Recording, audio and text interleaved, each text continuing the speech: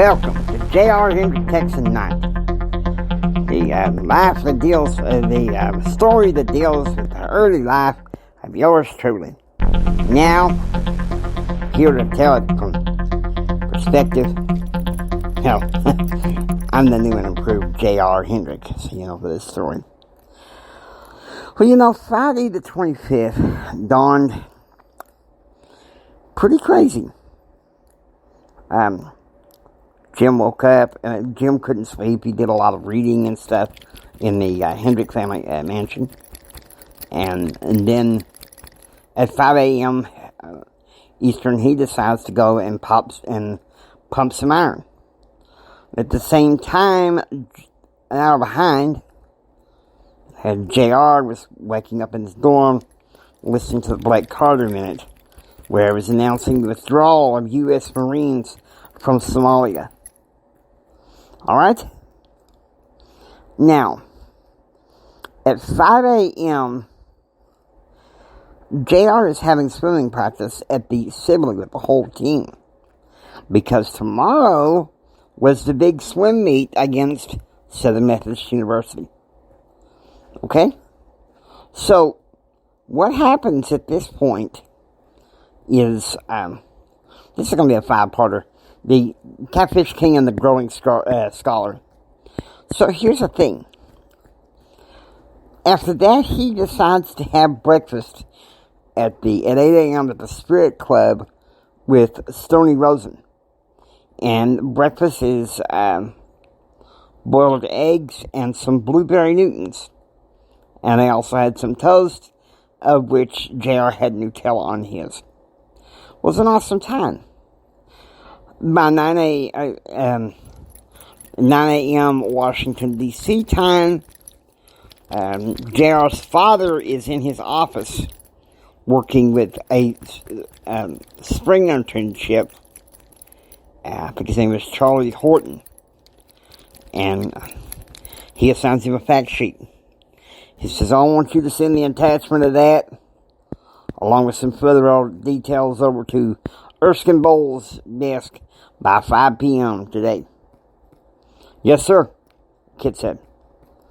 You're a good kid, Charles. You're a hard worker. I'll recommend you for a job upon graduation. Charles was a senior at Royal Christian University in Royal Fork, Virginia. Same time, 9 a.m. in Odessa, Jim is at the library working on his advanced presentation for business and professional speech class. They've been assigned to go to the library that day.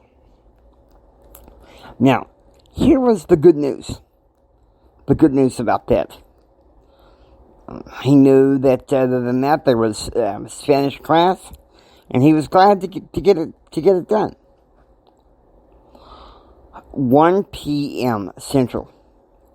JR walks outside of the Hendrick family condo, where his grandmother is now staying. And Ken pulls up in the driveway. Hey, Kenny, how you doing? JR said excitedly. It's been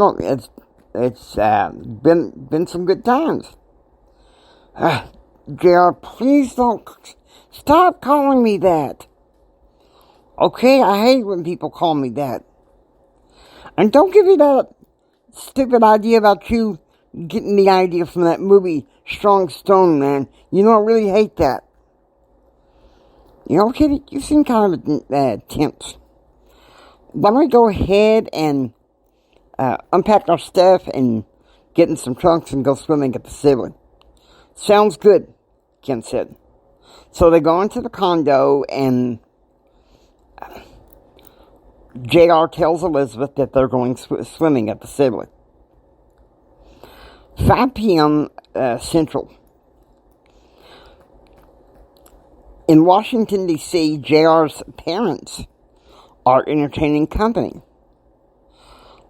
Levi and Floribel Harris, some consultants that were well known in government circles. And they were in their early 70s, but they seem to be doing a lot of wonderful work for people. That was the beauty of it. Alright, next. The next thing was, the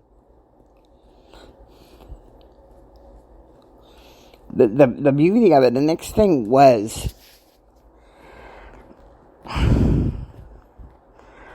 at 5 p.m. Central, JR and Ken returned back to the dorm to have some dinner. Usually Grandma's fried eggplant and some chicken fried steak. Of course, the Blake Carter show was the best of, so they agreed to let Grandma Elizabeth play some of her old country records.